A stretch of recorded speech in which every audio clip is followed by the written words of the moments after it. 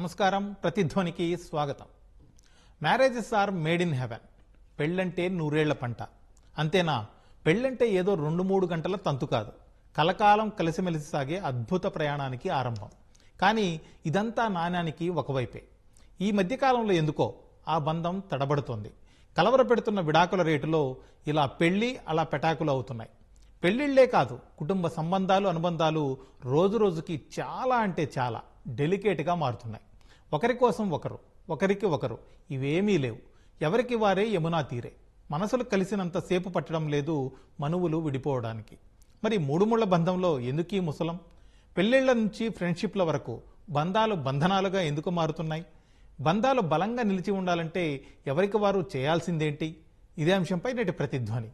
మన చర్చలో పాల్గొంటున్న వారు రాజేశ్వరి గారు, తోడు నీడా ఫౌండర్, మోటివేటర్; విజయలక్ష్మి గారు, ఫ్యామిలీ కౌన్సిలర్, వన్ స్టాప్ సఖీ సెంటర్ గుంటూరు; అలాగే అర్చనా నండూరి గారు, కౌన్సిలింగ్ సైకాలజిస్ట్.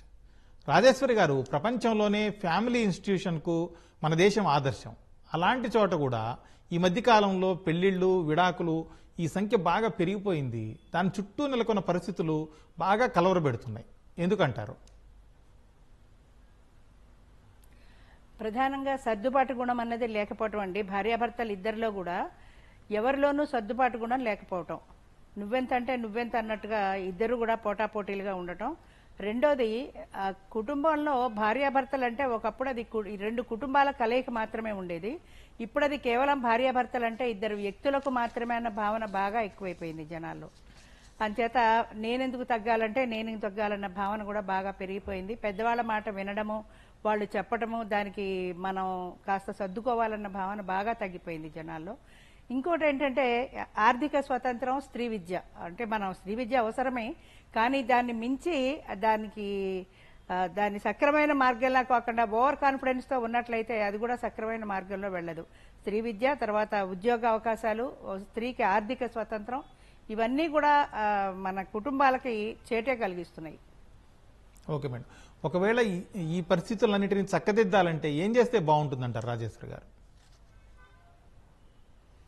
అది చక్కదిద్దడం అనేది ఒక వ్యక్తితో సరిపోదండి. చాలా మార్పు రావాలి. సమాజంలో అందరు వ్యక్తుల నుంచి మార్పు రావాలి. ముఖ్యంగా ఇప్పుడు మన ప్రధానంగా ఈ టీవీలు, ఈ వాట్సాప్లు, తర్వాత ఈ మొబైల్ ఫోన్లు వచ్చిన తర్వాత ఏ ఒక్క వ్యక్తి కూడా ఇద్దరితో ఇంకొకరితో మాట్లాడడానికి, వారి కష్ట సుఖాలు షేర్ చేసుకోవడానికి ఇష్టపట్టాల. ప్రైవసీ, నా స్పేస్ నాకు ఉండాలి, నా ప్రైవసీ నాకు కావాలనే భావన చాలా పెరిగిపోయింది జనాల్లో. అంచేత ఈ భావనలోంచి ఒక ఎమోషనల్ రిలేషన్, అంటే ఇద్దరు వ్యక్తులు మాట్లాడుకోవడంలో ఒక రిలేషన్ ఉంటుంది, మన కష్ట సుఖాలు ఆ వ్యక్తితో పంచుకోగలుగుతాము అన్న భావన ఎప్పుడైతే ప్రజల్లో ప్రబలుతుందో, ఈ ఫోన్లు, ఈ టీవీలు, ఈ ఫేస్బుక్లు ఇవన్నీ పక్కన పెట్టి ఎప్పుడైతే ఒకరికొకరు కష్ట సుఖాలు మాట్లాడుకోవటం మొదలు పెడతారో అప్పుడు ఒక ఎమోషనల్ రిలేషన్ అనేది ఏర్పడుతుంది. ఇద్దరు స్నేహితులు కానీ, భార్యాభర్తలు కానీ, తల్లి పిల్లలు కానీ, ఎవరైనా సరే అలాంటి ఎమోషనల్ రిలేషన్ అనేది ఏర్పడినప్పుడు మాట్లాడుకోవడానికే ప్రాధాన్యం ఇస్తారు. అది వ్యక్తుల నుంచి ప్రారంభమయ్యి సమాజం దాకా వెళ్ళాలి. అంతేగాని ఒక్కరితో అయ్యే పని కాదు ఇది. రాజేశ్వరి గారు, ఒకప్పుడు పెళ్లి బంధం విడి నుంచి దూరం కావాలంటే చాలా ఆలోచించేవాళ్ళు. కుటుంబాలు కలిసేటివి, ఊరు పెద్దలు కలిసేవాళ్ళు, అందరూ మాట్లాడేవాళ్ళు, నచ్చజెప్పేవాళ్ళు, ఒక రకమైన పాజిటివ్ అట్మాస్ఫియర్ క్రియేట్ చేయడానికి ప్రయత్నించేవాళ్ళు. కానీ ఇప్పుడు ఇలా అనుకుంటే అలాగా అన్నట్టుగా ఒక క్షణంలో విడిపోతున్న పరిస్థితులు కూడా ఉంటున్నాయి. పెళ్లి చేసుకుంటున్నారు, రోజుల్లోని, నెలల్లోని, వారాల్లోని విడిపోతున్న జంటలను కూడా చూస్తున్నాం. ఎందుకు అంత దారుణంగా బంధాలు అంత తృణప్రాయంగా విడిపోయే పరిస్థితి ఎందుకు వచ్చిందంటారు? పెళ్లి అనేది ఒకప్పుడు ఏంటంటే అది మూడుముళ్ల బంధం, అంటే రెండు కుటుంబాల కలయిక గాని, వాళ్ళ మంచి చెడ్డలు, బరువు బాధ్యతలు ఇవన్నీ ఉండేవి. ఇప్పుడు పెళ్లి అంటే ఒక బరువు, అంటే ఒక బాధ్యత. ఈ బాధ్యతలన్నీ ఎవరు పడతారు? ప్రధానంగా లివ్ ఇన్ రిలేషన్ వచ్చిన తర్వాత ఇది ఇంకా పెళ్లి అనే బంధం బీటలు వారిపోయింది. లివ్ ఇన్ రిలేషన్లో మాకు అవకాశాలు ఉన్నాయి ఇద్దరు కలిసి ఉండడానికి. ఎవరికి కావాలంటే వాళ్ళు కలిసి ఉంటాము, వద్దపోతే మళ్ళీ ఇంకొకళ్ళ దగ్గరికి వెళ్ళిపోతాం. చీరలు మార్చినంత తేలికగా మగవాళ్ళు, ఆడవాళ్ళు కూడా ఒకళ్ళనొకళ్ళు మార్చుకోవడం అలవాటు అయిపోయింది. ఇది కామెంట్ చేయటం కాదు, ప్రస్తుత పరిస్థితి అది తప్పైనా రైట్ అయినా ప్రస్తుతం జమానా అలాగే నడుస్తోంది. సో ఒక వ్యక్తికి అంటుకొని ఉండాలి, జీవితాంతం ఆ వ్యక్తితోటే కలిసి ఉండాలనే భావన ఇద్దరిలోనూ లేదు. సో వీళ్ళకి ఇప్పుడు తర్వాత ఇంకొకటి డైవర్స్ ఆప్షన్ వచ్చింది, సెకండ్ మ్యారేజ్ ఆప్షన్ వచ్చింది, లివ్ ఇన్ రిలేషన్, ఇన్ని ఆప్షన్స్ ఉన్నప్పుడు ఒక్కళ్ళతోటే ఎందుకు ఉండాలి? ఇది కాకపోతే ఇంకోటి డైవర్సు, మళ్ళీ పెళ్లి కాకపోతే మళ్ళీ పెళ్లి, లేదంటే లివ్ ఇన్ రిలేషన్. ఏదో ఒకటి మాకు అనుకూలంగా ఏది ఉంటే దానికి వెళ్తాము అని ట్రయల్ అండ్ ఎర్రర్ మెథడ్లోనే వెళ్ళిపోతున్నారు ప్రతి ఒక్కళ్ళు. అంతేగాని ఒకే వ్యక్తికి జీవితాంతము కలిసి ఉండాలి, కష్టమో సుఖమో కలిసి పంచుకోవాలి అన్న భావన ఇద్దరిలోనూ లేదండి, ఇద్దరిలోనూ లేదు. Okay madam. విజయలక్ష్మి గారు, ఇప్పుడు విడాకులు కోరుతూ చాలా మంది కోర్టు మెట్లెక్కుతుంటారు. అలాంటి జంటల్లో ప్రధానంగా కల్పిస్తున్న కారణాలేంటి, ఫిర్యాదులేంటి? చాలా వరకు మా దగ్గరికి ఫ్యామిలీ కౌన్సిలింగ్ సెంటర్ కాబట్టి ఇక్కడికి చాలా జంటలు మాకు వందల సంఖ్యలో వస్తూ ఉంటారండి. మెయిన్ కారణం మనం చూస్తే వాళ్ళిద్దరి మధ్య ఉండే అవగాహన లోపం ఒకటి, లేదా పేరెంట్స్ యొక్క వాళ్ళ మధ్యలోకి రావడం. ఫర్ ఎగ్జాంపుల్, ఒక ఉమెన్ ఉందనుకోండి, భార్యాభర్తలు కొత్తగా పెళ్ళయ్యారు, పెళ్ళైన వెంటనే తల్లిదండ్రులు ఇద్దరిని చక్కగా చదివిస్తారు. అమ్మాయి పేరెంట్స్ ఎక్కువగా, అంటే నాట్ టు సే అనకూడదు, కానీ అమ్మాయి మా దగ్గరకు వచ్చిన కేసెస్లో అమ్మాయిలు చాలా వరకు అమ్మాయి పేరెంట్స్ లేచింది మొదలు మీరు ఏం చేస్తున్నారు, ఎలా ఉంటున్నారు, అబ్బాయి నీకు హెల్ప్ చేస్తున్నాడా లేదా, నువ్వు చదువుకున్నావు, నీకింత ఇన్కమ్ ఉంది, అబ్బాయికి సేమ్ ఇన్కమ్ ఉంది, సో నువ్వు ఒక్కదానివే పని ఎందుకు చేయాలి, అతను ఎందుకు హెల్ప్ చేయడు నీకు పనిలో అనే దాన్ని అమ్మాయిలో ఎక్కువగా చేస్తూ ఈ విడాకులు అమ్మాయి ఈగోని టచ్ అవ్వడము, లేకపోతే శాలరీ సమానత్వము, ఇద్దరికి సేమ్ ఇన్కమ్, అందులో పెద్ద డౌట్ ఏం లేదు. చాలామంది ఇప్పుడు సాఫ్ట్వేర్ ఎంప్లాయీస్ అవ్వచ్చు, సంవాట్ ప్రతి అమ్మాయి చదువుకొని ఉంటుంది కాబట్టి. సో ఇలాంటి పరిస్థితుల్లో తల్లిదండ్రుల ఇన్ఫ్లుయెన్స్ అవ్వచ్చు, లేదా కమ్యూనికేషన్ గ్యాప్ అవ్వచ్చు, లేదా వాళ్ళు లవ్ మ్యారేజ్ అయ్యి ఉంటే, ఫర్ ఎగ్జాంపుల్ లవ్ మ్యారేజ్ అయ్యి ఉంటే వాళ్ళు ఎవరికి ఒకరికి చెప్పేవాళ్ళు లేక, పెద్దవాళ్ళు సపోర్ట్ లేకపోవడము. సో ఇలాంటివన్నీ చాలా వరకు మా దగ్గరికి వస్తూ ఉంటారు. జనరల్గా కౌన్సిలింగ్ కోసమని కానీ డైవర్స్ కావాలనే నేపథ్యంలో చాలా వరకు వస్తూ ఉంటారు.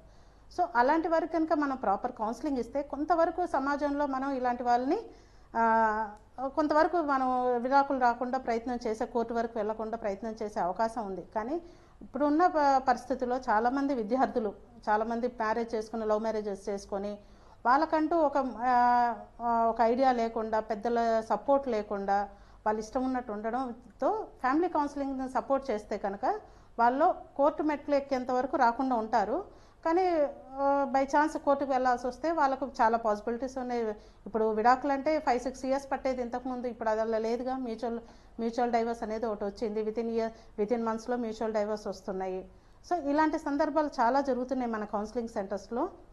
ఇంకో కారణం ఒకటి చెప్పొచ్చు, ఇద్దరు డిఫరెంట్ పెద్దల వివాహం అవ్వచ్చు, పెద్దలు చేసిన వివాహం అవ్వచ్చు, లేదా మన ప్రేమ వివాహాలు అవ్వచ్చు, ఇద్దరు డిఫరెంట్ కల్చర్లో పెరుగుతారు. సో కొంత స్పేస్ అనేది వాళ్ళకి ఇవ్వగలిగితే, ఒకరినొకరు అర్థం చేసుకోగలిగితే ఈ విడాకుల వ్యవస్థ అనేది కొంతవరకు మనం అరికట్టే అవకాశం ఉన్నదని నా అభిప్రాయము. దాంతోపాటుగా మనం ఉద్యోగాలు, కెరియర్ అంటూ వాళ్ళ పాపం ఒకరు మార్నింగ్ షిఫ్ట్, ఒకరు ఈవినింగ్ షిఫ్ట్ చేస్తా, వాళ్ళకున్న వాళ్ళకు ఇద్దరు ఒకరికొకరు మాట్లాడే టైం లేకుండా మధ్యలో థర్డ్ వ్యక్తి ఎవరో ఆఫీస్లో, ఇప్పుడున్న కల్చర్ సాఫ్ట్వేర్ కల్చర్ ఎక్కువగా తీసుకుని మన దగ్గరకు వచ్చే కేసెస్ ఎక్కువగా సాఫ్ట్వేర్ ఎంప్లాయీస్ ఎక్కువగా ఉంటున్నారు. కారణం ఏంటంటే వాళ్ళు చేసే వర్కింగ్ స్టైల్ అవ్వచ్చు, వాళ్ళ వ్యవస్థ, వాళ్ళ అక్కడ ఉండే కల్చర్ అవ్వచ్చు, వాట్ ఎవర్ ఇట్ మేబీ, అక్కడ కొంత గ్యాప్ అనేది జరుగుతుంది. ఫ్రెండ్షిప్స్ కానీ రిలేషన్స్ కానీ ఏర్పడము, ఇలాంటివన్నీ జరగడం వల్ల ఎక్కువ వరకు విడాకులు తీసుకునే వరకు కోర్టు మెట్లు ఎక్కడం జరుగుతుంది. Okay madam. అర్చన గారు, ఇప్పుడు నడుస్తుంది జెన్జీ తరం. మరీ ముఖ్యంగా చెప్పాలంటే ఈ తరం ఆలోచనలు, పెళ్లిపై వాళ్ళ అభిప్రాయాలు ఏ విధంగా ఉంటున్నాయి? విడాకుల పెరుగుదలకు వాళ్ళ ఆలోచనలు కూడా ఒక కారణం అంటారా? డెఫినెట్ గా వాళ్ళ ఆలోచనలు కూడా ఒక కారణమేనండి. ఎందుకు అంటే మనం ప్రతి బిహేవియర్ కి ఆలోచన ఒక కారణం. అది మన కాగ్నిటివ్ బిహేవియరల్ థెరపీ ఫండమెంటల్ గా చెప్తుంది అనమాట. సో జెన్జీ అంటే మన 97 నుంచి 2012 వరకు కిడ్స్ అందరినీ మనం జెన్జీ కిడ్స్ గా సంబోధిస్తాం అనమాట. సో తెలియకుండా ఏమైందంటే ఈ ముందు తరాల వాళ్ళు మేము చాలా కష్టపడ్డాము, సో మన పిల్లలు చాలా కంఫర్ట్ జోన్ లో ఉండాలని తెలియకుండా వాళ్ళని కంఫర్ట్ జోన్ లో పెంచడం మూలంగా వాళ్ళలో సెల్ఫ్ సెంట్రిక్ థాట్స్ పెరిగాయి. ఈ సెల్ఫ్ సెంట్రిక్ థాట్స్ మూలంగా ఇండివిజువలిజం ఇవన్నీ పెరుగుతూ వచ్చాయి. సో ఇప్పుడు ఇది వీళ్ళ మ్యారిటల్ రిలేషన్షిప్ ని ఎలా ఇంపాక్ట్ చేస్తోంది అంటే, ఫస్ట్ ఆఫ్ ఆల్ ఏ బంధమన్నా నిలబడాలి అంటే dependency is the first reason. So dependency, ఎలాంటి డిపెండెన్సీ మూలంగా పెళ్లి అనే బంధం నిలబడుతోంది? ఫైనాన్షియల్ డిపెండెన్సీ కానీ, ఎమోషనల్ డిపెండెన్సీ కానీ, మెంటల్ డిపెండెన్సీ కానీ, sexual that is biological dependency or physical dependency, social needs, ఇలా ఏదో ఒక నీడ్స్. కానీ ఎప్పుడైతే ఇవాళ రేపు ఆడ మగ ఇద్దరు సమానంగా సంపాదిస్తున్నారు, సమానంగా సమాజంలో నిలబడగలుగుతున్నారు, ఇండివిజువల్ గా ప్రెస్టీజియస్ గా బతకగలుగుతున్నారు, వాళ్ళిద్దరికి ఈగో లెవెల్స్ సమానంగా పెరుగుతున్నాయో, ఎక్కడ డిపెండెన్సీ ఉండకుండా పోతోందో అప్పుడు weakness in the relationship begin అవుతుంది. దాని మూలంగా ఏమవుతుందంటే నేనెంత నువ్వెంత అనే కాంపిటేటివ్ స్పిరిట్ వస్తుంది, రాదర్ దెన్ నేను నీకు చెయ్యాలి నువ్వు నా కోసం చెయ్యాలి అనే స్పిరిట్ పోయి దాని మూలంగా థాట్ ప్రాసెస్ ఈగో క్లాష్ తోటి మొదలయ్యి నువ్వు కాకపోతే ఇంకొకళ్ళు నాకేం తక్కువ అనే మైండ్ సెట్ స్టార్ట్ అవుతుంది. That is the core cause of individualism. Second, compatibility issues. ఎక్కడ వీళ్ళు ఈ మోర్ ఎక్స్పోజర్ అంటే ఇండివిజువలిజం పెరగడం మూలంగా ఇవాళ రేపు చిన్నప్పుడు పెళ్లిళ్ళు కాకుండా కొంచెం జాబ్స్ లో సెటిల్ అయిన తర్వాత పెళ్లిళ్ళ మూలంగా లాట్ ఆఫ్ ఎక్స్పోజర్ మూలంగా ఏంటంటే మైండ్ సెట్ చేసుకుంటున్నారు. అంటే ఇలాంటి వాళ్ళని పెళ్లి చేసుకోవాలి, అలాంటి వాళ్ళని పెళ్లి చేసుకోవాలి, అన్ని కాంబినేషన్స్ ఒక వ్యక్తిలో దొరకకపోవచ్చు. సో డిస్సాటిస్ఫాక్షన్ వస్తుంది. Third point, involvement of third person. It could be parents, it could be peer group, friends, anyone. నీ పార్ట్నర్ ఇలానా అలానా అని ఏదో ఒకటి పాయింట్అవుట్ చేయడం, దాని మూలంగా గొడవలు. సో ఇలాంటి డిఫరెంట్ ఆస్పెక్ట్స్ మూలంగా ఖచ్చితంగా గొడవలు వస్తున్నాయి. అండ్ ఈ జెన్జీలో ఇన్స్టెంట్ సొల్యూషన్స్ కావాలి అనే థాట్ ప్రాసెస్ ఉంది. అందుకనే కదండి ఒకప్పుడు మన తరంలో మన రీఫిల్స్ ఉండేవి, ఇప్పుడు యూజ్ అండ్ త్రో పెన్స్ ఉంటున్నాయి. సో వీళ్ళకి కూడా ప్రాబ్లమ్ సాల్వ్ చేసుకునే పేషెన్స్ ఉండట్లేదు. ఇన్స్టెంట్ గా నువ్వు నాకు తగ్గట్టు ఉంటావా, లేదంటే లెట్ us బ్రేకప్, ఇంతే. అందుకనే కదా మల్టిపుల్ రిలేషన్షిప్స్. లవ్వర్ అంటే ఒక్కళ్ళు ఉండట్లేదు, చిన్నప్పటి నుంచి వీళ్ళ జర్నీ అయిపోయి పెళ్లి దాకా వచ్చేసరికి చాలా రిలేషన్షిప్స్ ఉంటున్నాయి. సో ఇవన్నీ మూలంగా ఏం జరుగుతోంది అంటే రిలేషన్షిప్ లో చాలా క్లాషెస్, కంపాటబిలిటీ ఇష్యూస్ రావడం అనేవి జరుగుతున్నాయి. సో జెన్జీ కొంచెం ఈ థాట్ ప్రాసెస్ ని మార్చుకుంటూ వెళ్తే ఆ కంపాటబిలిటీ ఇష్యూస్ తగ్గడము, కొంత పీస్ ఆఫ్ అండ్ హ్యాపీనెస్ వాళ్ళ రిలేషన్షిప్ లో రావడం అనేది జరుగుతుంది. Okay madam. అలాగే అర్చన గారు మీరు చెప్పినట్టు ఈ లేకపోతే ఇంతకుముందు మన విజయలక్ష్మి గారు కానీ రాజేశ్వరి గారు అన్నట్టు ఏంటంటే కొంతమంది చదువుకున్న వాళ్ళు, ముఖ్యంగా మరి సాఫ్ట్వేర్ ఫీల్డ్లో ఉన్న వాళ్ళు ఇలాంటివి ఎక్కువ జరుగుతున్నాయి అని ఒక అభిప్రాయం వ్యక్తం చేశారు. కానీ మనం సమాజంలో మనం చుట్టూ చూస్తూ ఉంటే చదువుకోని వ్యక్తులు కూడా, లేకపోతే ఒకరు చదువుకుని ఒకరు చదువుకోకుండా ఉన్నా కూడా, భర్త చదువుకుని భర్త ఒక్కరే సంపాదిస్తున్నా కూడా భార్య ఇంటి దగ్గరే ఉంటున్నా, వాళ్ళు చదువుకోకపోయినా డిపెండెన్సీ ఉన్న జంటలు కూడా విడిపోతున్నాయి, చాలా చూస్తూ ఉన్నాం. వాటికి కారణాలు ఏంటి? వాటికి కూడా కంపాటబిలిటీ ఇష్యూ ఒకటి వస్తుందండి చాలా మటుకు. అంటే కమ్యూనికేషన్ గ్యాప్ ఒకటి, థర్డ్ పర్సన్ ఇన్వాల్వ్మెంట్ ఒకటి, ఈగో క్లాష్ ఒకటి, ఇవన్నీ వస్తున్నాయి. అయితే విడిపోయేది ఎక్కడ ఎక్కువ జరుగుతోంది అంటే అర్బన్ ఏరియాస్ లో ఎడ్యుకేటెడ్ పీపుల్ లో ఏంటి అంటే వాళ్ళకి ఆ సోషల్ స్టిగ్మా ఎక్కువ లేకపోవడం మూలంగా ఆ బోల్డ్ స్టెప్ ఈజీగా తీసుకోగలుగుతున్నారు. ఇంకా రూరల్ బ్యాక్గ్రౌండ్ ఆర్ ఎడ్యుకేషన్ ఎక్కువ లేని వాళ్ళు ఏంటంటే సోషల్ స్టిగ్మా మూలంగా తొందరగా కోట్లు మెట్లు ఎక్కలేకపోవడము, లేకపోతే జనాలు ఏమనుకుంటారని ఒక సోషల్ స్టిగ్మా ఆపడం తప్పితే డిఫరెన్సెస్ ఇన్ ఫ్యామిలీ సిస్టమ్ మాత్రం అక్కడ ఎలా ఉందో ఇక్కడ కూడా అలాగే ఉంది. నేను ఎందుకు అడ్జస్ట్ అవ్వాలి? అండ్ దీనిలో సోషల్ మీడియా ఇంపాక్ట్ కూడా చాలా ఉంది, మూవీస్ ఇంపాక్ట్ కూడా చాలా ఉంది. ఎందుకు అంటే లవ్ అంటే ఇదేనేమో అని చాలా వాటిని చూసి వీళ్ళు ఇన్స్పైర్ అవుతున్నారు. కానీ బాగున్నది మాత్రమే బయట ప్రొజెక్ట్ చేస్తారు అనే సింపుల్ లాజిక్ జనాలు మిస్ అవుతున్నారు. ఇంకొక విషయం ఏంటంటే చాలా మంది పెళ్లి చేసుకునేటప్పుడు బేసిక్ ఫండమెంటల్ నేను రిలేషన్షిప్ కి ఏం కాంట్రిబ్యూట్ చేస్తాను అని ఆలోచించట్లేదు, నాకు ఆ రిలేషన్షిప్ నుంచి ఏం వస్తుంది అని మాత్రమే ఆలోచించి పెళ్లి చేసుకోవడం మూలంగా they are following in a big trouble of a relationship. ఎందుకంటే ఫస్ట్ మేడం చెప్పినట్టు పెళ్లి అనేది ఇద్దరు మనుషులకు సంబంధించింది కాదు, రెండు కుటుంబాలకు సంబంధించింది. అండ్ పెళ్లి it self is a responsibility. అదేదో ఫన్ కోసమో ఎంజాయ్మెంట్ కోసమో చేసుకునేది కాదు, రెస్పాన్సిబిలిటీ ఫుల్ఫిల్ చేయడానికి చేసుకునేది. అండ్ పెళ్లి ఇట్ సెల్ఫ్ ఇస్ అడ్జస్ట్మెంట్. కానీ జనాలు ఏ మైండ్ సెట్ తో చేసుకుంటున్నారంటే నేను జస్ట్ ఎంజాయ్ చేయడానికి చేసుకుంటున్నాను, నేను సర్వీస్ చేయించుకోవడానికి చేసుకుంటున్నాను, లైఫ్ లో ఫన్ కోసం చేసుకుంటున్నాను. దయచేసి ఇలాంటి మైండ్ సెట్ తో కనుక పెళ్లి చేసుకుంటే ఎలాంటి రిలేషన్షిప్ లో అయినా కూడా డెఫినెట్ గా ట్రబుల్ వస్తుంది. సో ఫస్ట్ పెళ్లి చేసుకునే ప్రతి వాళ్ళు అయితే ప్రీ మ్యారిటల్ కౌన్సిలింగ్ తీసుకోవాలి, లేకపోతే first define what kind of relationship you want to enter in to. That would be better idea. Rajeshwar garu, ఇప్పుడు ఒక్క గ్రేటర్ హైదరాబాద్నే తీసుకుంటే ప్రతి సంవత్సరం 2,500 నుంచి 3,000 వరకు విడాకుల కేసులు వస్తున్నాయి. అలా నమోదైన కేసుల్లో 60% మంది పెళ్ళైన సంవత్సరం లోపలే డైవర్స్ అంటున్నారు. ఎందుకు, ఏంటి ఈ పరిస్థితి అసలు? మరొకసారి క్వశ్చన్ చెప్పగలరా? మేడం, గ్రేటర్ హైదరాబాద్ అంటే హైదరాబాద్ సిటీ పరిధిలో చూసుకుంటే సంవత్సరానికి 2,500 నుంచి 3,000 కేసుల వరకు విడాకుల కేసులు నమోదవుతుంటే అందులో 60% మంది కేవలం పెళ్ళైన సంవత్సరం లోపలే విడాకులకు అప్లై చేస్తున్నారు. ఎందుకు పరిస్థితి ఇంత తీవ్రంగా మారింది? సర్దుబాటు గుణం లేకపోవడం అండి. ఫస్ట్లో చెప్పినట్టుగా అది నువ్వెంత అంటే నువ్వెంత అనే ధీమా బాగా ముఖ్యంగా ఆడవాళ్లలో బాగా పెరిగిపోయింది. నేను కామెంట్ చేయడం కాదు, ఆడవాళ్లలో ఎంత మాత్రమో సర్దుబాటు గుణం లేదంటే ఆడవాళ్లే సర్దుకోవాలని నేను అంటాను. ఇద్దరు సమానంగా చేసుకోవాల్సిందే. ఇప్పుడు ఇద్దరు ఉద్యోగాలు చేసిన తర్వాత ఎవరికి తీరికలు ఓపికలు ఉండట్లా. సాయంత్రం ఇంటికి వచ్చిన తర్వాత వంట నువ్వే చేయాలంటాడు భర్త, బయట నుంచి తెచ్చుకుందాం అంటుంది భార్య, కాదు నువ్వే వండాలంటాడు. అంత చిన్న విషయంలో తగాదాల నుంచి విడాకుల దాకా వెళ్ళిపోతున్నారు. అంటే చిన్న చిన్న విషయాల్లో కూడా సర్దుబాటు గుణం అనేది లేకపోవటం ఒకటి. తర్వాత నువ్వెంతంటే నేనెంత, నీకంటే నేనే ఎక్కువ సంపాదిస్తున్నాను, నాకే ప్యాకేజ్ ఎక్కువ ఉంది అన్న భావన ఒకటి. దీనివల్ల ఏమవుతోందంటే కుటుంబ వ్యవస్థ అనేది బీటలు వారుతోంది. పెద్దవాళ్ళు చెప్పడం పిల్లలు వింటమన్న పరిస్థితి ఎప్పుడో పోయింది. అంచేత ఎవరికి ఎవరు తగ్గు లేదు, నేనెందుకు తగ్గాలంటే నేనెందుకు తగ్గాలన్న భావన చాలా ఎక్కువ ఉంది ఇద్దరిలో కూడా. దానివల్ల కుటుంబ వ్యవస్థ చిన్నాభిన్నం అయిపోతుంది. ఇంకోటి ఏంటంటే పెళ్లి అంటే బరువు బాధ్యతలతో కష్ట సుఖాల సమాహారం. పెళ్ళంటే కష్టాలు ఉంటాయి, సుఖాలు ఉంటాయి. కానీ ప్రతి ఒక్కరూ సుఖాలని మాత్రమే కోరుకుంటారు, కానీ కష్టాలను ఫేస్ చేయడానికి రెడీగా ఎవ్వరు లేరు. ఈ కష్టంతో నాకు సంబంధం లేదు, అది నువ్వు సాల్వ్ చేసుకోవాల్సిందే అనే భావనే కానీ ఇద్దరం కలిసి కూర్చుని సామరస్యంగా ఈ సమస్యని పరిష్కరించుకుందాము అన్న భావన ఇద్దరిలోనూ లేదు. ఎవ్వరికి కూడా అది ఫేస్ చేసే ధైర్యం లేదు. చెప్పాలంటే అది ఒకలాంటి పిరికితనం అనుకుంటాను నేను. అంటే ఒక కష్టం వస్తే దాన్ని ఫేస్ చేసే ధైర్యం లేదు. ఎప్పటికీ అవాయిడ్ చేసుకుంటూ జరిగిన నాళ్ళు జరుగుతుందని వెళ్ళిపోవటమే. దానివల్ల ఏమవుతుందంటే కలిసి ప్రయాణం చేయవలసినటువంటి ఒక జంట ఏదైనా ఇబ్బంది వస్తే అక్కడే హాల్ట్ అయిపోతుంది, అక్కడే ఆగిపోతుంది. అక్కడి నుంచి ఇద్దరు సపరేట్ అయిపోతారు. రాజేశ్వరి గారు, అలాగే మీరు ఇంతకుముందు అన్నట్టు భోజనాల దగ్గర మొదలైన గొడవ విడాకుల వరకు వెళ్తున్నవి కూడా ఉన్నాయి అంటున్నారు. అవును, నేను కూడా ఒక సంఘటన గురించి విన్నాను. దగ్గర వాళ్ళు భార్యాభర్త ఇద్దరు ఎక్కడికో బయటకు వెళ్ళారు, ఆ రోజంతా హాయిగా స్పెండ్ చేశారు. సాయంత్రం ఇంటికి వచ్చిన తర్వాత అన్నం వండింది భార్య, కానీ కూర లేదు. కూర లేకపోతే పెరుగుతోనే ఈరోజు తిందామని ఆమె చెబితే లేదు, ఏదో కూర చేయమని చెప్పి అతను అడిగాడు.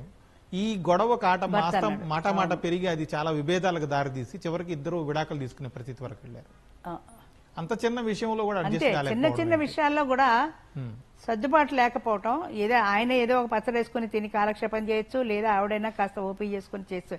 ఇద్దరిలో ఎవరికి తక్కువ కాదన్న భావన బాగా ఎక్కువ అండి. నేనెందుకు సర్దుకోవాలి, నువ్వే సర్దుకోవాలి అన్న భావన బాగా ఎక్కువైపోయింది ఇద్దరిలో. దానివల్ల ఏంటంటే ఈ సర్దుబాటు గుణం అన్నది లేదు. నేను వండను, నువ్వు తింటే తిను, లేకపోతే మానే, అసలు నేను రేపటి నుంచి వంటే చేయను అంటుంది ఆవిడ. అలాగా చిన్న విషయాల్లో కూడా సర్దుబాటు గుణం లేకుండా ఏదో ఒకటి కాలక్షేపం చేద్దామన్న భావన లేకుండా కూర వండడం దగ్గర నుంచి విడాకుల దాకా వెళ్ళిపోతున్నారు. మీరు చెప్పింది కరెక్ట్. చాలా వరకు ప్రస్తుతం అలాగే ఉన్నారు. ఒకప్పుడు పెళ్లి చేసుకుంటే ఇద్దరు భార్యాభర్త ఇద్దరు కూడా అటువైపు భార్య అమ్మ నాన్నల్ని వీళ్ళు కుటుంబ సభ్యుల్లాగా దగ్గర వాళ్ళలాగా వీళ్ళు భావించేవాళ్ళు, అలాగే భార్య కూడా అత్తమామల్ని సొంత పేరెంట్స్ లాగా చూసుకునేవాళ్ళు. కానీ ఇప్పుడు చాలా వరకు నేను వింటుంది, నేను ఒక అబ్బాయిని కాబట్టి అలా చెబుతున్నాను కాదు, నేను వింటున్నది, మీరు మహిళలుగా ఒక నిపుణులుగా మీరు చెప్పండి. చాలా మంది ఆడవాళ్ళు వాళ్ళ అత్తామామని మీ అమ్మ నాన్న అనడం, అదే వాళ్ళమ్మ నాన్న లేకపోతే వాళ్ళ తరపున అక్కా చెల్లెళ్ళు అన్నదమ్ములు అయితే వీళ్ళంతా మనవాళ్ళు అని చెప్పడం, మీ అన్న తమ్ముడు అనడం వాళ్ళ అబ్బాయి సంబంధించిన వాళ్ళైతే. ఇలా అబ్బాయి తరపునేమో దూరం పెట్టేస్తున్నారు, అమ్మాయి తరపునేమో అబ్బాయి కూడా దగ్గర తీసుకోవాలి, మా వాళ్ళలాగా చూడాలి అనే ఒక అభిప్రాయం ప్రబలడం కూడా ఇద్దరి మధ్య క్లాషెస్ కి కారణమవుతుంది అని ఒక వాదన ఉంది. ఇంకా చెప్పాలంటే పెళ్లి చూపుల సమస్యల్లోనే అబ్బాయికి పేరెంట్స్ ఉన్నారంటే అమ్మాయి తరఫు వాళ్ళు ఇష్టపట్టాలా. మీ పేరెంట్స్ మన ఇంటికి రావడానికి వీల్లేదు, వాళ్ళు కావాలంటే ఓల్డేజ్ హోమ్కి వెళ్ళిపోమని డబ్బులు పంపిద్దాం. మా పేరెంట్స్ మాత్రం మా ఇంటికి వస్తారు, మా అన్నదమ్ములు మా వాళ్ళందరూ మా ఇంటికి వస్తారు. నీ తరఫు వాళ్ళు ఎవరు రావడానికి వీల్లేదు, నీ అక్క చెల్లెళ్ళు రావడానికి వీల్లేదు. అందరూ అని నేను అంటలేదు, అలా అనేటువంటి వాళ్ళ సంఖ్య పెరుగుతోంది. వాళ్లతో పాటు వాళ్ళ పేరెంట్స్ కూడా ఇంచుమించు అదే సపోర్ట్ చేస్తున్నారు. మా అమ్మాయి మీ వాళ్ళకి వస్తే చేయదండి, చేయలేదండి, మా అమ్మాయి వీటన్నింటికి మా వల్ల కాదు, మా అమ్మాయి కూడా ఉద్యోగం చేస్తుంది, మా అమ్మాయి కూడా సంపాదిస్తుంది, ఎందుకు సర్దుకోవాలి, మా అమ్మాయి సర్దుకోవాల్సిన కర్మ ఏంటి అని పేరెంట్స్ చెప్తున్నారు. పూర్వం అయితే అలా చెప్పేవారు కాదు. కష్టమో సుఖమో నీ అత్తారిల్లే, నీ ఇల్లు అక్కడే ఉండాలి, నువ్వు వెనక్కి తిరిగి రావడానికి వీల్లేదని చెప్పేవాళ్ళు. తర్వాత పాతకాలంలో వేరే ఆప్షన్ కూడా లేదు వాళ్ళకి. కాదు అని వెళ్తే పుట్టింటి వారు ఆదరించరు, చదువు లేదు, ఉద్యోగం లేదు, అంచేత కష్టమైన సుఖమైన భరించడం అన్నది ఆడదానికి అలవాటు అయిపోయింది. ఇప్పుడేంటి ఉద్యోగాలు ఉన్నాయి, సంపాదన ఉంది, ఒకవేళ పేరెంట్స్ మా ఇంటికి రావద్దమ్మా అంటే నేను వెళ్ళి ఉమెన్స్ హాస్టల్లో ఉంటాను. ఇప్పుడు అసలు కోలివిన్ రిలే హాస్టల్సే వచ్చేసాయి. అంచేత నాకు తోడు దొరకడానికి పెద్ద ప్రాబ్లం లేదు. బరువులు బాధ్యతలు స్వీకరించడానికి ఎవరూ ఇష్టపట్టలేదు. పెళ్ళంటేనే ఒక బరువు, ఒక బాధ్యత. ఈ పెళ్ళిళ్ళు మాకొద్దు, హాయిగా లివ్ ఇన్ రిలేషన్లో ఉంటాం, మాకు ఇష్టం వచ్చినట్టుగా మేము జీవిస్తాం, ఇష్టమైతే మీ ఇంటికి వస్తాం, ఇష్టం లేకపోతే హాస్టల్లోనే ఉంటాం అన్న ధోరణి ఇప్పటి యువతరంలో బాగా ప్రబలుతోంది. నేను కామెంట్ చేయడం కాదు, కానీ ప్రస్తుతం మనం చూస్తున్నది అది. Okay madam. దానివల్ల మంచిగా చెడ్డ అంటే మనం చెప్పలేము అది. విజయలక్ష్మి గారు, ఇప్పుడు ప్రేమ పెళ్లి లేకపోతే పెద్దలు కుదిర్చిన వివాహం, విడాకుల విషయంలో ఈ రెండింటి మధ్య ఏమైనా తేడా ఉంటుందా? ఏ పెళ్లిల్లో ఎక్కువ మంది విడాకుల రేటు ఎక్కువగా ఉంటుంది, ఎక్కువ మంది విడాకుల వరకు వస్తున్నారు? ఉంటుందండి, వ్యత్యాసం అనేది తప్పనిసరిగా ఉంటుంది. ఎందుకంటే మనం ప్రేమ పెళ్లి వచ్చేసరికి వాళ్ళకి కుటుంబ నేపథ్యం కానీ వాళ్ళ తల్లిదండ్రుల సపోర్ట్ కానీ తక్కువగా ఉంటుంది.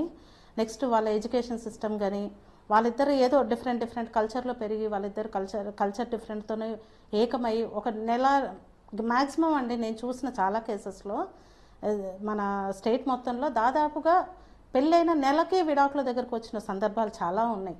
సో ప్రేమ పెళ్ళిళ్ళలో మనకి చాలా వ్యత్యాసం ఉంటుంది. కుటుంబ నేపథ్యం కావచ్చు, ఎక్స్పెక్టేషన్స్. వాళ్ళిద్దరు ప్రేమించుకున్నప్పుడు చక్కగా సినిమాలకి షికార్లకి అటు ఇటు తిరుగుతారు, అమౌంట్ చాలా డబ్బులు ఖర్చు పెట్టేస్తారు, అమ్మాయి కోసం కానీ అబ్బాయి కోసం కానీ, what ever it may be.